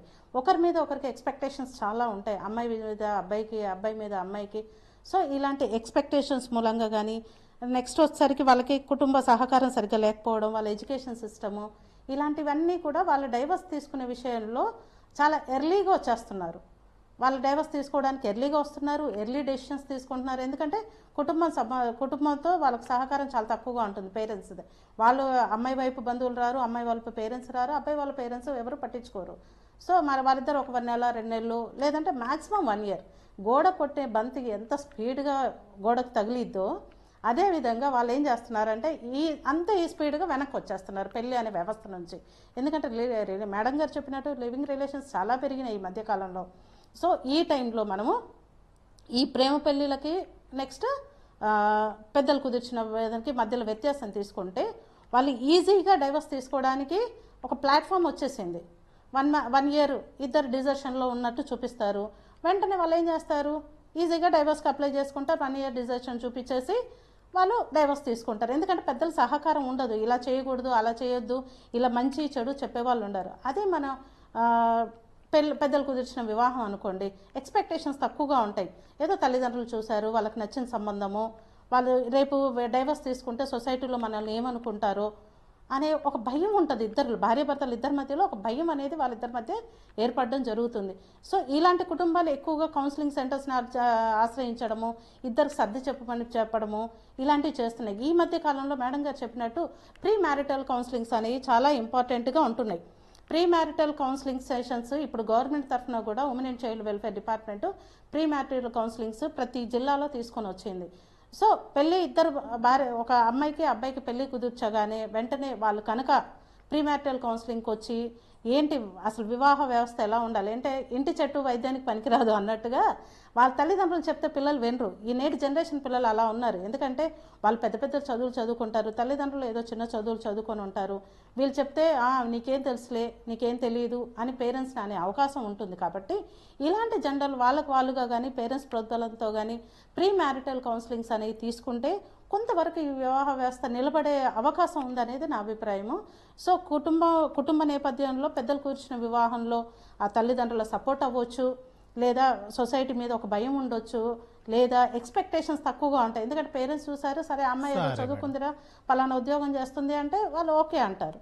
So ఇలాంటి సందర్భాల్లో వాళ్ళకి ఈ డైవర్స్ తీసుకునే విషయంలో కొంచెం వెనుకడుగు వేస్తున్నారు పెద్దలు కుదిర్చిన వివాహంలో. కానీ ప్రేమ వివాహాల్లో మాత్రం అలాంటివి ఏమీ లేదు, భయం లేదు, సొసైటీ మీద ఒక రెస్పెక్ట్ ఉండదు. వాళ్ళు ఇష్టం ఉన్నట్టు వాళ్ళు వెళ్ళడం, డైవర్స్ తీసేసుకోవడం, మళ్ళీ ఎవరి దారిన వాళ్ళు వెళ్ళిపోవడం అనేది జరుగుతుంది. దీంట్లో సోషల్ మీడియా పాత్ర అనేది చాలా ఎక్కువగా కనిపిస్తుంది. సోషల్ మీడియా అవ్వచ్చు, ఈ చాటింగ్స్, షేర్ చాట్లు చాలా ఉన్నాయి, చాలా ప్లాట్ఫామ్స్ ఉన్నాయి వాళ్ళు విడిపోయినాక నెక్స్ట్ తీసుకోవడం కోసమని. సో ఈ రెండింటి మధ్య వ్యత్యాసం పెద్దలు కూర్చున్న వివాహంలో విడాకుల సంఖ్య కొంతవరకు ఎక్కువ అని చెప్పలేను, కొంతవరకు తక్కువ ఉంటుంది, లేకపోతే ప్రేమ వివాహాల్లో కొంచెం ఎక్కువగా ఉంటుందని నేను చెప్పగలను. సరే మేడం. అర్చన గారు, ఇప్పుడు గ్రామాలు లేకపోతే పట్టణాలు అనే తేడా లేకుండా పోయింది. ప్రపంచం ఒక గ్లోబల్ విలేజ్ లాగా తయారైపోయిన పరిస్థితుల్లో ఈ వివాహ బంధంలో ఉన్న వాళ్ళు విడిపోవడంలో పల్లెలు పట్టణాలు ఏమైనా తేడా ఉంటుందా సంఖ్యపరంగా? ఉంటుందండి. ఇందాక మనం మాట్లాడుకున్నట్టు సోషల్ స్టిగ్మా ప్లేస్ ఏ కీ రోల్. ఆ సోషల్ స్టిగ్మా మూలంగా డైవర్స్ రేట్ అనేది అర్బన్ ఏరియాలో కొంచెం ఎక్కువ ఉంటుంది when compare to the rural part అన్నమాట. అక్కడ సోషల్ స్టిగ్మా మూలంగా ఏంటంటే జనరల్ గా ఇంకా జనాలు పట్టించుకుంటారు, అమ్మో డైవర్స్ ఇచ్చేసింది అని వాళ్ళ మీద కొంచెం వాళ్ళని చిన్న చూపు చూడడమో, ఇంట్లోకి రానికపోవడమో, ఫంక్షన్స్ కి పిలవకపోవడమో, ఇలాంటి కారణాల మూలంగా నెక్స్ట్ వాళ్ళకి పెళ్లిళ్ళు అవ్వవో, ఇలాంటి భయాల మూలంగా వాళ్ళు తొందరగా అలాంటి అడుగు ముందరికి వెయ్యరు. ఎక్కడైతే లేకపోతే ఫైనాన్షియల్ బర్డెన్ మేము ఎలా బతుకుతాము అని ఇలాంటి question marks. Coming to the urban areas ఏమవుతుంది అంటే వాళ్ళకి అలాంటి భయాలు లేవు, ఇండిపెండెంట్ థింకింగ్ ఉంటుంది, మేము ఎక్కడికి వెళ్ళినా బతకగలము అన్న ధీమా ఉంటుంది, లేకపోతే we will go for second marriage అని ఉంటుంది. మన సిటీ కల్చర్ లో ఎవరిని ఎక్కువగా పట్టించుకోరు అని ఒక ఇండిపెండెంట్ ఫీలింగ్ ఉంటుంది. దాని మూలంగా if they feel like we want to get separated, they will get separated. కాబట్టి డెఫినెట్ గా ఆ వేరియేషన్ ఉంటుంది. కానీ డిఫరెన్సెస్ మాత్రం అంటే ఆ అబ్యూస్ కానీ లేకపోతే కంపాటబిలిటీ ఇష్యూస్ కానీ రెండు కుటుంబాల్లోనూ ఉన్నాయి.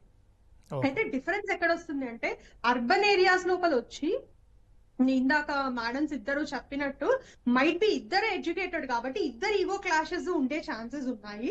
కానీ రూరల్ ఏరియాలో ఈ ఆల్కహాలిజం, మేల్ డామినేషన్, లేకపోతే భార్య కష్టపడి వచ్చిన విలువ ఇవ్వకపోవడము, వాళ్ళ డబ్బులు కూడా తీసుకెళ్లిపోయి ఈ తాగుడికి బానిస అయిపోయిన వాళ్ళని ఫిజికల్ గా మెంటల్ గా అబ్యూస్ చేయడము, ఇలాంటి వాటి మూలంగా సపరేషన్ దాకా వెళ్లే ఇష్యూస్ అనేవి ఎక్కువ రావడం జరుగుతున్నాయి.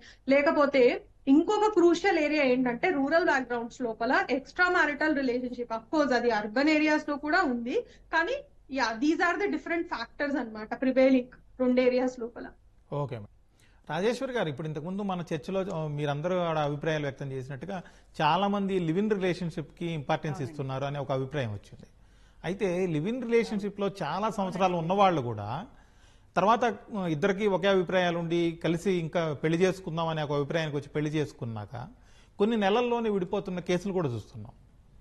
దీనికి కారణం ఏంటి? అసలు యువతలో పెళ్లి మీద ఒక రకమైన అనాసక్తే దీనికి ఒక కారణంగా కనిపిస్తుందా? ఇది ఒక సిగ్నల్ గా భావించాలా? అది లివ్ ఇన్ రిలేషన్లో ఒకరి మీద ఒకరికి ఎలాంటి హక్కులు ఉండవండి. రెండోది ఏంటంటే లివ్ ఇన్ రిలేషన్లో వాళ్ళ బంధానికి ఒక దృఢత్వం అనేది ఉండదు. ఇద్దరు అన్యోన్యంగా ఉన్నంత కాలం ఉంటారు. ఎప్పుడు తేడా వస్తే అప్పుడు ఆయన ఇంకో గర్ల్ ఫ్రెండ్ని చూసుకుంటాడు, ఆమె ఇంకో బాయ్ ఫ్రెండ్ని చూసుకుంటుంది. చాలా తేలిగ్గా మారిపోవచ్చు. పెళ్ళి అనే బంధం అలాంటిది కాదు కదా. అసలు పెళ్ళి అంటేనే ఒక బరువు, ఒక బాధ్యత. ఇవన్నీ మళ్ళీ కోర్టు కేసులు, విడాకులు ఇవన్నీ ఎందుకు పడతారని లివ్ ఇన్ రిలేషన్కి వెళ్తారు. అందులో ఉన్న నాళ్ళు ఉంటారు, ఉన్నాం కదా బాగానే ఉంది అని పెళ్లి చేసుకున్న తర్వాత అసలు సమస్య స్టార్ట్ అవుతుంది.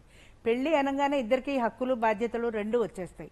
ఒకరి మీద ఒకరి హక్కులు ఉంటాయి. నువ్వు ఎందుకు లేటుగా వచ్చావు, నువ్వు ఇలా ఎందుకు చేసావు, అలా ఎందుకు చేసావు. ఆయన కూడా అలాగే ఆమె నువ్వు లేటుగా వచ్చావు, నువ్వు ఎవరితోటో మాట్లాడావు. ఇలాంటి గొడవలన్నీ వచ్చేటప్పటికి లివ్ ఇన్ రిలేషన్లో ఉన్న స్వేచ్ఛ పెళ్లిలో ఉండదు. కొంత బంధం ఏర్పడుతుంది కాబట్టి హక్కులు కూడా అలాగే ఏర్పడతాయి. అలాంటి హక్కులు ఉన్నప్పుడు ఒకరినొకరు ప్రశ్నించుకోవడం ఇష్టం ఉండదు. లివ్ ఇన్ రిలేషన్లో ఉండగా నువ్వు ఎప్పుడు నన్ను ఇలా ప్రశ్నించలేదు, ఇట్లా ఎందుకు అడిగావు అనేటువంటి గొడవలు వచ్చి విడాకుల దాకా వెళ్ళిపోతాయి. కాబట్టే ఎక్కువ మంది యువత లివ్ ఇన్ రిలేషన్లో ఉండడానికే ఇష్టపడుతున్నారు. పెళ్ళి అంటే ఒక బంధం, ఒక బరువు. ఈ బరువు బాధ్యతలన్నీ ఎవరు స్వీకరిస్తారు? పేరెంట్స్. మళ్ళీ పేరెంట్స్ వస్తారు, మీ పేరెంట్స్ రావడానికి వీల్లేదు. ఇవన్నీ గొడవలు ఎందుకు? లివ్ ఇన్ రిలేషన్లో ఉంటే అసలు ఇలాంటి బంధమే లేదు కదా.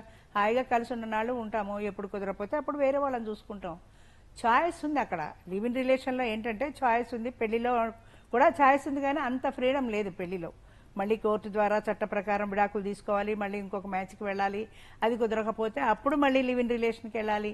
ఈ బాదరబందీలు ఎందుకు? హాయిగా లివ్ ఇన్ రిలేషన్లో ఉన్న నాళ్ళు ఉంటాము, కుదరకపోతే అప్పుడు చూద్దాం అన్నదే. కానీ లివ్ ఇన్ రిలేషన్లో సంవత్సరాల తరబడి ఉన్న వాళ్ళు కూడా ఒక సంవత్సరం కూడా భార్యాభర్తలుగా ఉండలేకపోతున్నారు. ఎందుకంటే ఇక్కడ హక్కులు బాధ్యతలు ఉన్నాయి, అక్కడ అలాంటివి ఏమీ లేవు. కాదంటే ఆమె ఇంకొక బాయ్ ఫ్రెండ్ని చూసుకుంటుంది, ఈయన ఇంకొక గర్ల్ ఫ్రెండ్ని చూసుకుంటాడు. అంతా టెంపరీ కాబట్టి ఇద్దరు కూడా జాగ్రత్తగా ఉంటారు. అది ఎప్పుడైతే పోయిందో, హక్కులు బాధ్యతలు ఎప్పుడైతే వచ్చాయో, ఈ చట్టంలో బిగవటం అనేది ఇద్దరికీ ఇష్టం లేదు. కాబట్టే పెళ్ళిళ్ళు అన్నది కూడా తగ్గుతోంది జనాల్లో. పెళ్లి మీద ఇంట్రెస్ట్ కూడా తగ్గిపోతుంది. లివ్ ఇన్ రిలేషనే బాగుంది పెళ్లి కంటే. ఈ బరువు బాధ్యతలు స్వీకరించడానికి ఎవరు ఇష్టపట్టలేదు ఈ రోజుల్లో. విజయలక్ష్మి గారు, మీరు చూసిన కేసుల్లో ఇంతకుముందే మనం అనుకున్నట్టుగా ఈ మొబైల్ ఫోన్లు, లేకపోతే సోషల్ మీడియా, వాట్సాప్, ఫేస్బుక్ ఇలాంటి వేదికలు, ఇలాంటి ప్లాట్ఫామ్స్ భార్యాభర్తల మధ్య విభేదాలకు ఎంతవరకు కారణమవుతున్నాయి? చాలా వరకు అవుతున్నాయండి. నేటి తరంలో ప్రస్తుతం మొబైల్ ఫస్ట్ ఒక పార్ట్ అయిపోయింది మనలో. ఇప్పుడు మార్నింగ్ లేవగానే భర్త మొహం చూస్తామో లేదో తెలియదు కానీ మొబైల్ని చూడడం వల్ల అనేది అలవాటు అయిపోయింది. ఇది హయ్యర్ ఎడ్యుకేషన్ ఎక్కువ ఉన్న వారికా ఎడ్యుకేషన్ లేని వారికా అనేది సంబంధం లేకుండా పోయింది. కారణం ఏంటంటే ప్రతి ఒక్కరిలో మొబైల్ అనేది ఈ స్మార్ట్ ఫోన్స్ అనేవి వచ్చేసాయి. ఈ స్మార్ట్ ఫోన్లో వచ్చేసరికి భర్త పాపం నేను చూసిన ఒక కేసు అండి, నిజంగా ఎంత బాధాకరమైన కేసు అంటే, ఓ కేసులో ఒక అతను మంచి జాబ్లో మంచి పొజిషన్లో ఉన్న వ్యక్తి, మంచి కుటుంబం, భార్య భర్త 2 పిల్లలు, మంచి కుటుంబం. ఆ కుటుంబంలో ఏం జరిగిందంటే భర్త ఆఫీస్కి వెళ్ళిపోవడం, భార్య ఖాళీగా ఉండడం ఇంట్లో, పిల్లలు స్కూల్కి వెళ్ళిపోవడం, తను ఎంటీగా ఇంట్లో ఏదో ఒక ఇంట్లో పని చేసుకోవడం మొదలుపెట్టారు. ఆ క్రమంలో అంటే మిడిల్ ఏజ్ ఉమెన్స్ గురించి నేను చెప్తున్నాను, అంటే ఎలా మొబైల్ అనేది ఎలా పార్ట్ అండ్ పార్సల్ ఈ డైవర్స్ కారణం అవుతుంది అనే ఎగ్జాంపుల్తో చెప్తున్నాను.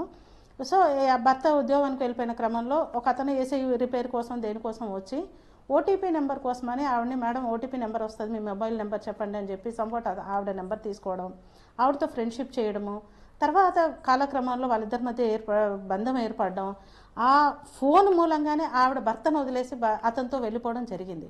భర్త పిల్లలు చాలా ఇబ్బందులు పడతా ఆ క్రమంలో అతను చీట్ చేసి ఆవిడని అతను వేరే స్టేట్ తీసుకెళ్లి అమ్మే ప్రయత్నంలో పోలీస్ కంప్లైంట్ ఇవ్వడం, ఆవిడ మళ్ళీ రిటర్న్ తీసుకురావడం చేయడం జరిగింది. సో మొబైల్ అనేది చూడండి ఎంత మంచి కుటుంబంలో ఒక అమృతమైన కుటుంబంలో ఒక చిన్న విషపు ఇది వేస్తే ఎలా ఉంటుందో మొబైల్ అనేది అలా అవుతుంది. ఇలాంటి కేసెస్ మన దగ్గరికి నెంబర్ ఆఫ్ కేసెస్ వస్తూ ఉంటాయి. షేర్ చాట్లో చాటింగ్ చేయడము, ఎవరో థర్డ్ పర్సన్ ఎంటర్ అవ్వడము, అతను ఏంటంటే ఆ టైంలో భర్త ఫ్యామిలీ కోసం ఎంతో కష్టపడుతూ ఉంటాడు. ఆ క్రమంలో ఆవిడ ఇంట్లో ఎంటీగా ఉండడం, ఏం పని లేకపోవడం, ఇలాంటి వాళ్ళు ఆవిడని పలకరించడం, అంటే ఆవిడ తప్పని కూడా కారణం. పొద్దున్నే లేసి ఆవిడ దారిన అతని దారిన అతను వెళ్ళిపోతాడు కాబట్టి, అమ్మ ఎలా ఉన్నావు, తిన్నావా, తినలేదా ఈరోజు, ఇలాంటివన్నీ చిన్న కోరికలు ఆవిడలో ఇలాంటి థర్డ్ ఫ్రెండ్షిప్కి ఇలాంటి మొబైల్కి అనేది మనకి కనెక్ట్ అయ్యి డైవర్స్ దాకా వచ్చే ప్రయత్నాలు జరుగుతున్నాయి. ఈ షేర్ చాట్లు కానీ కొంతమంది ఉంటారు, అబ్బాయిలు కూడా, లేడీస్ అని చెప్పలేము, అబ్బాయిలు కూడా చాలా ఫోన్స్ రావడం, ఫోన్లలో నైట్స్ మాట్లాడడం, వీడియో కాల్స్ మాట్లాడడం, భార్య పక్కనే ఉన్నా కానీ వీడియో కాల్స్ మాట్లాడడము, ఇలాంటి నేపథ్యంలో వాళ్ళ మధ్య విభేదం అని పెరుగుతూ ఉంటుంది. వాళ్ళు మొబైల్ చాలామంది ఏం చేస్తుంటారు, లాక్ చేసుకుంటూ ఉంటారు. ప్రైవసీ అనేది ప్రతి ఒక్కరికి ఇంపార్టెంట్ కాదని నేను అన్నాను. ఈ ప్రైవసీ మూలంగా చాలా ఆవిడ రావడం, నైట్ కాల్స్ మాట్లాడుకోవడం, భార్యతో పిల్లలతో స్పెండ్ చేయకపోవడము, లేదా వాళ్ళు ఆ ఫోన్లోనే రీల్స్ చూడడము, ఇలాంటివన్నీ భార్యకు విసుగు వచ్చేస్తాయి. పొద్దున్న నుంచి సాయంత్రం వరకు భర్త కోసం వెయిట్ చేసే ఒక మధ్యతరగతి యువతి భార్య, ఆ భర్త వచ్చి భార్యను పట్టించుకోకుండా రాత్రి 12-1 గంట వరకు ఫోన్లు చూడడం, పిల్లల్ని పట్టించుకోకపోవడం, ఇలాంటివి కూడా ఆమె వెక్స్ అయిపోతుంది. ఆమె ఫీలింగ్స్ కానీ వాళ్ళ ఫీలింగ్స్ కానీ, కుటుంబ నేపథ్యం ఏంటి, ఆర్థిక సమస్య, ఇద్దరు కూర్చొని మాట్లాడుకుంటేగా. ఒకప్పుడు మనకు టీవీలు లేవు, ఫోన్లు లేవు. ఆ టైంలో మన అందరం ఏం చేసేవాళ్ళం, ఒకరినొకరు ఆఫీస్ నుంచి రాగానే ఈరోజు ఏం జరిగింది, నీకేం జరిగింది, నాకేం జరిగింది అని చక్కగా మాట్లాడుకునేవాళ్ళం. ఇప్పుడు ఆ మాట్లాడుకోవడం అని లేదు. భార్య వచ్చి ఒక ఫోన్ పట్టుకోవడం, భర్త ఒక ఫోన్ పట్టుకోవడం, పిల్లలు ఒక ఫోన్ పట్టుకోవడం. సో ఇలాంటి ఈ వ్యవస్థ ఎక్కడికి వెళ్తుంది, విడాకులకి దారితీస్తుంది. చాలామంది భార్యలు కానీ భర్తలు కానీ వెక్స్ అయిపోతున్నారు. ఇలాంటివి రావడం మూలంగా వెక్స్ అయిపోవడము. నెక్స్ట్ నువ్వెవరికి లైక్ కొట్టావు, కొంత ప్రైవసీ, ఎవరైనా ఏదన్నా మెసేజ్ వచ్చింది అనుకోండి లైక్ కొడతారు, నువ్వెవరికి లైక్ కొట్టావు అని అలాంటివి రావడము. సో ఇలా డిఫరెంట్ అనేవి విడాకులకు దారి తీయడానికి కారణాలు అవుతున్నాయి. నా దగ్గర చాలా కేసెస్ ఈ మధ్య కాలంలో మా దగ్గర ఉమెన్ అండ్ చైల్డ్ వెల్ఫేర్లో కానీ బయట పోలీస్ స్టేషన్స్లో కానీ మా జిల్లాలో చాలా వరకు ఎన్నో కేసులు ఈ డిజిటల్ దీని మూలంగానే, మొబైల్ మూలంగానే రికార్డ్ అవ్వడం, ఫైల్ అవ్వడం, మొబైల్ కోర్టులో చాలా కేసెస్ ఫైల్ అవ్వడం అనేది జరుగుతుంది.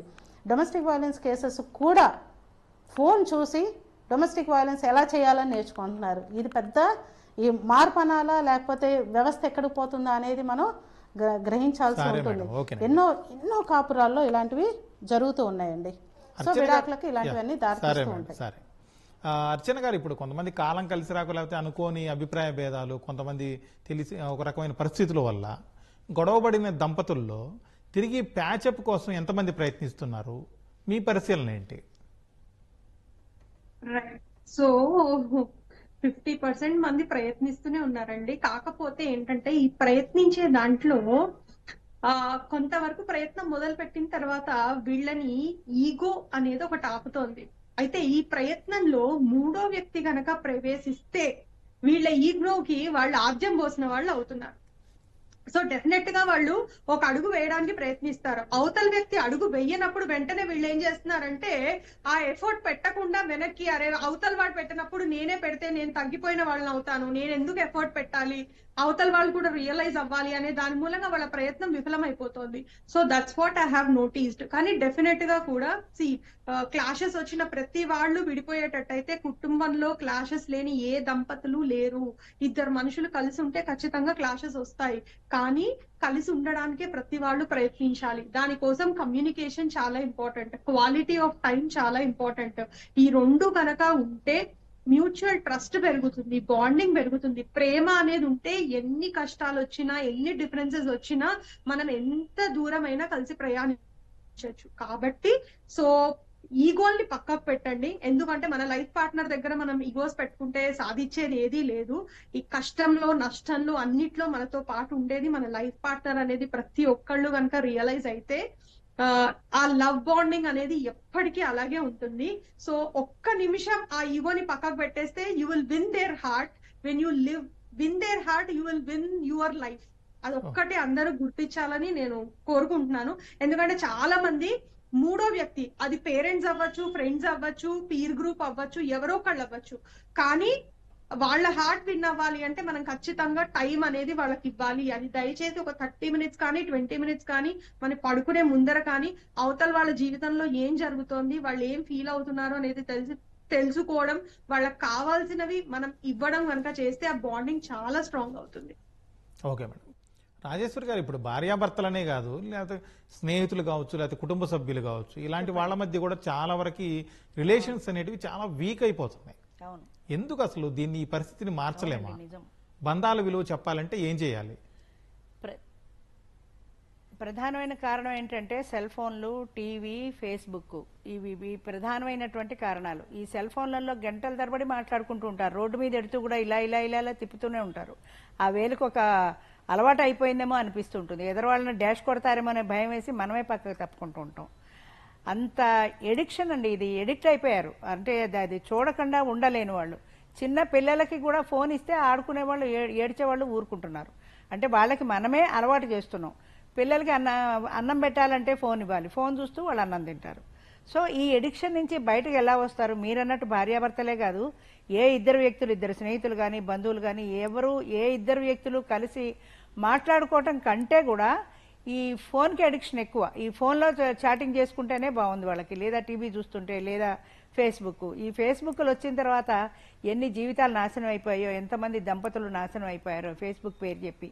ఫేస్బుక్లో చాటింగ్, ఫేస్బుక్లో పాటు ఎవరో ఆ లైక్ కొట్టడం, నాకు తెల్లారు ఎన్ని లైకులు వచ్చాయి, లైకులు వస్తే ఆనందం, లైక్ రాకపోతే విషాదం, ఆ బాబతు చిరాకు, ఇంట్లో భర్త మీదనో పిల్లల మీదనో చూపించడం. ఎడిక్షన్ తప్ప వేరే ఏం కాదు. అయితే దీని నుంచి బయటపడాలంటే ఖచ్చితంగా బయటపడచ్చు. కానీ దీనికి ప్రతి వ్యక్తికి కూడా ఈ ఫోన్ల కంటే కూడా ఇద్దరు వ్యక్తులు కలిసి మాట్లాడుకోవడంలోనే ఆనందం ఉంది. ఒక ఎమోషనల్ రిలేషన్ ఉంది. ఇద్దరు వ్యక్తులు కూర్చుని మాట్లాడుకోవడంలో ఒక ఎమోషనల్ రిలేషన్ ఉంది. నీ కష్ట సుఖాలు షేర్ చేసుకుంటావు. వాళ్ళకి తోచిన సలహా వాళ్ళు ఇవ్వచ్చు, నీకు తోచిన సలహా నువ్వు వాళ్ళకి ఇవ్వచ్చు. ఫోన్ మనకేమీ సలహాలు ఇవ్వదు, ట్విట్టర్లు మనకేమీ సలహాలు ఇవ్వవు.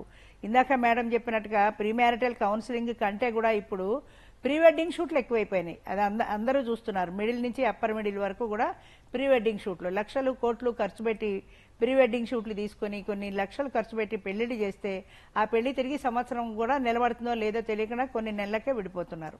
ఇన్ని లక్షలు పెట్టిన పేరెంట్స్ అలో పొలమని ఆడవలసింది. చిన్నప్పటి నుంచి ఎలాంటి విలువలు నేర్పించాలి పిల్లలకి? అది ప్రధానమైన కారణం అండి. పిల్లలకు విలువలు నేర్పడం అన్నది అసలు ఈ రోజుల్లో ఎవరికీ ఖాళీ లేదు. భార్యాభర్త ఇద్దరు ఉద్యోగాలకు వెళ్ళిపోతారు, ఇంట్లో పని వాళ్ళ మీద పిల్లల్ని వదిలేస్తారు.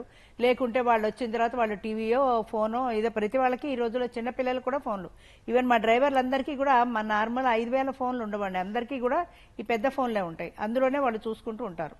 అలాగే పిల్లలు కూడా ఫోన్లకే అలవాటు పడిపోయారు, టీవీలకే అలవాటు పడిపోయారు తప్ప అసలు వాళ్ళు ఏం చదువుతున్నారు, వాళ్ళకి జీవితం అంటే ఏంటి, జీవితంలో విలువలేంటి, ఎలాంటి కష్టాన్ని వచ్చినా ఎంత ధైర్యంగా ఎదుర్కోవాలి, ఇలా పేరెంట్స్ అవసరం చాలా ఉంది. కానీ పేరెంట్స్కి ఖాళీ లేదు కదా. వాళ్ళు సాయంత్రం ఇంటికి వచ్చిన తర్వాత టీవీ చూసుకుంటారు, లేకపోతే వాళ్ళిద్దరు గొడవ పడుతూ ఉంటారు, పిల్లల దారిని పిల్లలు వాళ్ళ బాధలు వాళ్ళు పడుతూ ఉంటారు. అంతే తప్ప ఫ్యామిలీ నలుగురు కూర్చోవడం, కాసేపు ఆ టీవీ కట్టేసి ఏ భోజనాల దగ్గర ఎవరి విషయాలు వాళ్ళు మాట్లాడుకోవడం, మీ స్కూల్లో ఏమైంది, మీ ఆఫీసులో ఏమైంది, ఇలాంటివి షేర్ చేసుకునే తీరిక ఓపిక ఎవరికీ లేవు. ఇది సరే మేడం. మారాలి అంటే ప్రతి వ్యక్తి కూడా వాళ్ళ ప్రయత్నం తప్పనిసరిగా ఉండాలండి. అంటే ప్రతి వాళ్ళు కూడా వాళ్ళ కుటుంబానికి ప్రాధాన్యం ఇవ్వాలి. వాళ్ళ పిల్లలకి, భార్యాభర్తలు వాళ్ళు కూర్చుని మాట్లాడుకోవడానికి కొంత టైం కేటాయించాలి తప్పనిసరిగా. పిల్లలు ఏం చదువుతున్నారు, ఏం చేస్తున్నారు, ట్యూషన్లు కట్టేశాము, డొనేషన్లు కట్టేయడంతో మా బాధ్యత తీరిపోయింది అనుకుంటారు పేరెంట్స్. కానీ ఎంతవరకు అది బడికి వెళ్ళేటంత వరకే మీరు కట్టిన డొనేషను. కానీ పిల్లాడు చదువుతున్నాడా లేదా టీచర్స్ బాధ్యత ఒక్కటే కాదు, పేరెంట్స్ బాధ్యత కూడా ఉంది. కానీ పేరెంట్స్ అది చూసుకునే ఖాళీ లేదు. మహా అయితే ప్రోగ్రెస్ రిపోర్ట్ ఇచ్చినప్పుడు సంతకం పెడతారు, మార్కులు తక్కువ వస్తే 2 తిడతారు అంతే. అట్లా కాకుండా కుటుంబానికి ఇది నా కుటుంబము, మేము అన్న పదం ప్రధానంగా ఉండాలండి. నేను అన్న పదం కానీ మేము అన్న పదమే పోయింది ఈ రోజుల్లో. అట్లా కాకుండా ఇది నా కుటుంబము, నా భర్త, నా భార్య, నా పిల్లలు, వీళ్ళకి నేను చూసుకోవాలి, నా బాధ్యత అన్నది ప్రతి వాళ్ళు కూడా ఈ బాధ్యతల నుంచి తప్పించుకునే మార్గమే చూసుకుంటారు తప్ప ఈ బాధ్యతల్ని నేను ఎలా అయినా సరే ఈ సమస్యను సాల్వ్ చేయాలన్న పేరెంటింగ్ కౌన్సిలింగ్ కనిపించట్లేదు ఈ రోజుల్లో. విజయలక్ష్మి గారు, ఇప్పుడు కలిసే వరకు ఒక రకమైన ఆరాటం, విడిపోయే వరకేమో పోరాటం, ఇలా అన్ని విడాకులు తీసుకున్న తర్వాత కూడా వాళ్ళు ఏమైనా ప్రశాంతంగా ఉంటున్నారా? అసలు అలాంటి వాళ్ళు ఎవరైనా ఈ సంక్షోభం దాటడంలో ఎవరి పాత్ర ఎలా ఉండాలి? కారణాలు ఏవైనప్పటికీ విడాకులు తీసుకున్న తర్వాత జంటలు చాలా సంక్షోభానికి గురవుతున్నారండి. ఫస్ట్లో ఒంటరితనం అనేది ఆక్యుపై చేస్తుంది. కొంతవరకు ఫస్ట్లో ఉన్న ఆ ఎమోషను, ఆ కోపము, డివోర్స్ తీసుకున్న ఒక 6 నెలల వరకు, 1 సంవత్సరం వరకు కొనసాగుతుంది. తర్వాత వాళ్ళు ఒంటరితనం అనేది మొదలవుతుంది. ఆ ఒంటరితనంలో వాళ్ళు ఎటువంటి డెసిషన్స్ తీసుకోవాలన్నా కొంతమందికి పిల్లల బాధ్యత ఉంటుంది, లేకపోతే సొసైటీ చూసే చూపులు, వీటన్నిటి కారణాల వల్ల వాళ్ళు ఒంటరితనాన్ని ఫీల్ అయ్యే అవకాశం ఉంటుంది. ఈ ఒంటరితనం నుంచి వాళ్ళు నెక్స్ట్ స్టెప్ ఒక శూన్యంలోకి వెళ్ళిపోతూ ఉంటారు. ఒకలాంటి డిప్రెషన్ కూడా గురయ్యే అవకాశాలు ఉంటాయి. సో ఇలాంటివన్నీ వాళ్ళు ఎలా ప్రేమించుకున్నాం, లేకపోతే ఎలా పెళ్ళయింది, మన కుటుంబ సభ్యులు ఏం జరిగింది, మనం ఏం తప్పు చేసాం, ఎందుకు డైవర్స్ జరిగింది అనే ఒక ఆలోచనలతోనే ఒక డిప్రెషన్లోకి వెళ్ళిపోతూ ఉంటారు. సో ఇలా కాకుండా ఒక కారణాలు అయిపోయినాయి, డైవర్స్ అయిపోయింది, సో లెట్ హ్యాపెండ్ వదిలేసాం, అయిపోయిన తర్వాత నెక్స్ట్ మన లైఫ్ ఏంటి, మనం ఎలా బతకాలి, ఎలా ఉండాలి, ఎలాంటి బాధ్యతలు స్వీకరించాలి, మన కింద ఏమున్నాయి, బాధ్యతలు ఏమున్నాయి అని వాళ్ళు కొత్త జీవితంలోకి ఎంటర్ అవ్వడం అనేది చాలా ముఖ్యం. సో ఇలా డిప్రెషన్లోకి వెళ్ళిపోయి వాళ్ళ లైఫ్ని అంతా స్పాయిల్ చేసుకోవడం కాకుండా డైవర్స్ ఎందుకు జరిగింది, తప్పు ఎక్కడ జరిగింది, సో ఈ తప్పులు రిపీట్ అవ్వకుండా నెక్స్ట్ మన లైఫ్ ఏంటి, మనం ఎలాంటి డెసిషన్ తీసుకుంటే మన కుటుంబ సభ్యులు కానీ మన మీద డిపెండెన్స్ అయ్యి ఉన్న పిల్లలు అవ్వచ్చు, పేరెంట్స్ అవ్వచ్చు, హూ ఎవర్ ఇట్ మేబీ, ఎవరైనా అవ్వచ్చు, వాళ్ళకంటూ కొత్త లైఫ్ కావాలంటే వీళ్ళు ఎవరైతే డైవర్స్ తీసుకున్న పార్ట్నర్స్ ఉన్నారో వాళ్ళ కొత్త లైఫ్లోకి వెళ్ళడం అనేది చాలా ఇంపార్టెంట్. అయితే మీరు అన్నట్టు వర్డ్ మాత్రం చాలా బాగుందండి. కలిసే వరకు ఆరాటం, విడిపోయే వరకు పోరాటం. విడిపోయేంత వరకు పోరాటం చేస్తారు, కానీ మళ్ళీ కొత్త జీవితాన్ని స్టార్ట్ చేయడానికి కూడా వాళ్ళు అదే రకమైన పోరాటం చేసి మంచి లైఫ్ని, కొత్త లైఫ్ను ఎదుర్కోవడం అనేది చాలా ఇంపార్టెంట్. అర్చన గారు, ఇప్పుడు life is all about understandings and adjustments అంటారు, not about counting the mistakes of each other. ఇట్లాంటప్పుడు ఎవరితోనైనా బంధం తెగే వరకు లాగకుండా ఉండాలంటే ఏం చేయాలి? సింపుల్ గా కొన్ని టిప్స్ చెప్తానండి. మనం ఎక్కువగా మనకున్న అలవాటు ఏంటి అంటే అవతల వాళ్ళలో మిస్టేక్స్ ని ఎతకడం, పాయింట్అవుట్ చేయడం. దానికంటే కూడా అప్రిషియేట్ చేయడం నేర్చుకోండి మీ పార్ట్నర్ ని. అన్ని తప్పులే ఉండవు కదా, కొన్ని మంచి థింగ్స్ కూడా ఉంటాయి కదా, ఫస్ట్ వాటిని నేర్చుకోండి. సెకండ్ పాయింట్, క్వాలిటీ టైం గడిపేటప్పుడు మంచి జ్ఞాపకాలు ఉంటాయి, sweet memories between both of you. వాటిని రీకాల్ చేసే ప్రయత్నం చేయండి. అప్పుడు ఏమవుతుందంటే ఆ మూమెంట్స్ ని యూ విల్ స్టార్ట్ రీలీవింగ్ దమ్.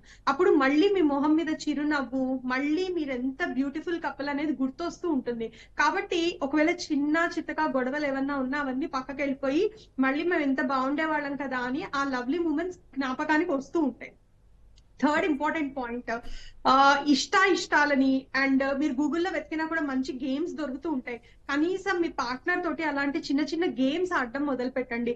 ఎప్పుడు కూడా పక్క వాళ్ళకి పనులు చెప్పడం, ఇంటికి రాగానే టాస్కులు, రెస్పాన్సిబిలిటీసే కాకుండా అలాంటి quality time playing the games తో స్పెండ్ చేయడం, ఇలాంటివి చేస్తూ ఉంటే బాండింగ్ స్ట్రాంగ్ అయ్యి ఎప్పుడు రెస్పాన్సిబిలిటీస్, నువ్వు ఇది చేయలేదు అది చేయలేదు అని బ్లేమింగ్ పక్కకి వెళ్ళిపోవడము, లేకపోతే మీ పేరెంట్స్ మా పేరెంట్స్ ని ఒకళ్ళనొకళ్ళు బ్లేమ్ చేసుకోవడము, సో ఈగో క్లాషెస్ ఇవన్నీ పక్కకి వెళ్ళిపోయి you will start again reloving, that butterflies again start building and మంచి బాండింగ్ స్టార్ట్ అవుతుంది, where you will restart love again between both of you అండి. That would be really great. Okay madam. అలాగే ఒకవేళ భార్యాభర్తలు ఇద్దరి మధ్య ఏదైనా క్లాష్ వచ్చినా కూడా పెద్దవాళ్ళు సర్ది చెప్పలేని పరిస్థితి వరకు ఎందుకు వస్తుంది మేడం? పెద్దవాళ్ళు సర్ది చెప్పలేని పరిస్థితి ఎందుకు వస్తుందంటే వీళ్ళు వినే సిచ్యుయేషన్ లో లేరు కాబట్టి, వాళ్ళు బేసికల్ గా నేను అనుకునేదే కరెక్ట్, నా పాయింట్ నేను ప్రూవ్ చేసుకోవాలి అని స్ట్రాంగ్ గా కూర్చుంటున్నారు కాబట్టి. అందుకనే listening to understanding is more important rather than listening to answer. చాలా మంది ఏం చేస్తారంటే నేను అనుకునేదే కరెక్ట్, నేను చెప్పేది నువ్వు విను అనే దృక్పథంతో వింటారు, చెప్తారు. కానీ అవతల వాళ్ళు ఎందుకు ఇలా ప్రవర్తిస్తున్నారు, దాని వెనకాల రీజన్ ఏమై ఉంటుంది, నేను కూడా విందాము, అర్థం చేసుకుందాము అంటే ప్రతిదానికి గోల్ అనేది ఇంపార్టెంట్ అండి. గోల్ ఏంటి? మన పరస్పరం సాల్వ్ చేసుకుని రిజాల్వ్ చేసుకుని హ్యాపీగా ఉండడం గోలా, నేను ప్రూవ్ చేసుకుని నేను డామినేట్ చేయడం గోలా? ఫస్ట్ మీరు అది డిసైడ్ చేసుకోవాలి. నేనే ప్రూవ్ చేసుకుంటానంటే రిలేషన్షిప్ అనేది ఉండదు అక్కడ. Happiness, peace, harmony in relationship is more important. అది మనం డిసైడ్ చేసుకుంటే you can go ahead in relationship. Okay madam. ఒక బంధం బలంగా ఉండాలంటే ఇద్దరి మధ్య సర్దుబాటు అనేది అత్యంత ముఖ్యమని మన చర్చలో పాల్గొన్న కౌన్సిలింగ్ నిపుణులు కావచ్చు, అలాగే మోటివేటర్స్ చెబుతున్నారు. అలాగే ఎవరి మధ్య అయితే బంధం బలంగా ఉంటుందో వాళ్ళకి తల్లిదండ్రులు కూడా సహాయం చేయాలని, చిన్నప్పటి నుంచి విలువలు నేర్పించాలని, పిల్లలకు కూడా సెల్ ఫోన్లు అలవాటు చేయడం, కొత్త టెక్నాలజీ పేరుతోటి సోషల్ మీడియాకి అడిక్ట్ అయిపోవడం, ఇవి కూడా బంధాలను బీటలు వారుస్తున్నాయని, ఇలాంటి వాటికి దూరంగా ఉంటూ కుటుంబ బంధాలను బలోపేతం చేసుకుంటూ పరస్పరం ఒకరినొకరు గౌరవించుకుంటూ ఉంటే బంధాలు పదిలంగా ఉంటాయని అంటున్నారు. ఇది వాళ్ళ ప్రతిధ్వని. నమస్కారం.